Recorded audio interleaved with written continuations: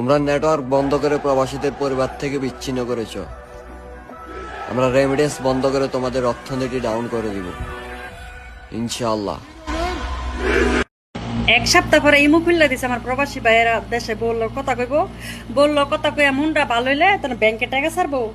যে আশা করছেন আপনি কামে বেতন আইছে ও কাদের কাকু मेरा सैलरी आया रेमिटेंस ला करियो নিবানি তুমি কি দিবা হ্যাঁ বসে থাকো আজ ব্যাংকে আলে রেমিটেন্স দিমু হুন্ডিতে। তো পরিশেষে 9 মাস যুদ্ধ করা মুক্তিযোদ্ধাদের জন্য 5% কোঠা রইল দেশে। আর বছরের পর বছর দেশের অর্থনৈতিক চাকা সচল রাখার জন্য যুদ্ধ করতেছে প্রবাসীরা। সেই প্রবাসীদেরকেই সব অধিকার থেকে বঞ্চিত রাখা হলো শেষে। তো ঠিক আছে, মুক্তি